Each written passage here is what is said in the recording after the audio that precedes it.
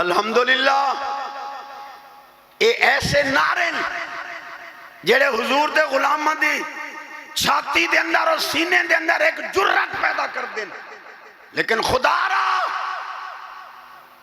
اس صرف نعرہ نہ ہوئے دا عملی مظاہرہ بھی ہوئے۔ تو حضرات اس چیز دی تمنا رکھتے ہو، بلکہ حدیث پاک ہے یود احدہم لو رآنی بأہلہ و مالہ، سرکار فرمایا سب تو زیادہ میرے نال محبت انہاں لوکاں دی ہو سی آسل میرے بعد، پر انہاں دے دل لئی تڑپ ہو سی کاش اپنا جان مال حضور دے قدمت نچھاور کر۔ جس لئے حضور نے الحمدللہ ثم الحمدللہ حدیث پاک دے اندر تو ہنو پیار عطا کیتا ہے، شفقت عطا کیتی ہے، تو پھر اس شفقت و فیضان دا عملی مظاہرہ کرتے ہویا آج ہر شخص اپنی طرح جا کے ایک تحریک بن جاوے اور اس چیز دی کوشش شروع کرے کہ الحمدللہ حضور دے دین و تخت لے آنا ہے، اور انشاءاللہ ساڑیاں اکھاں ویکسن کہ اتھے سرکار دا نظام آسی، اے حرام خور لوگ اس ملک جو نکل جاسن، اس ملک جو حکومت ہو سی تا حضور دے غلامہ دی حکومت۔ اے جڑے حرام خور لوگ انہاں شب خون مارے ہیں، حق اصل حکومت ہوندی آئی مسیح تے خلفائے راشدین پاک،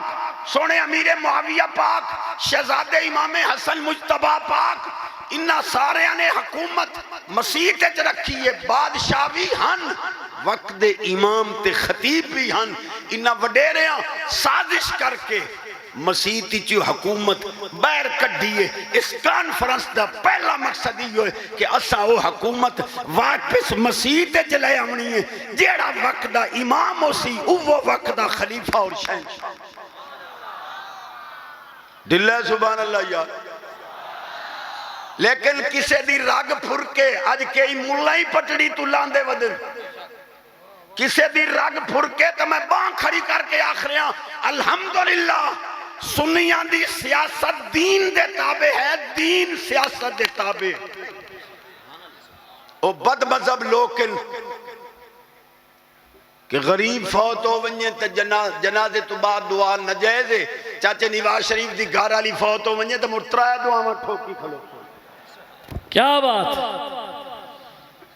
وہ لوگ ہیں جن کا دین سیاست کے تابع ہے، الحمدللہ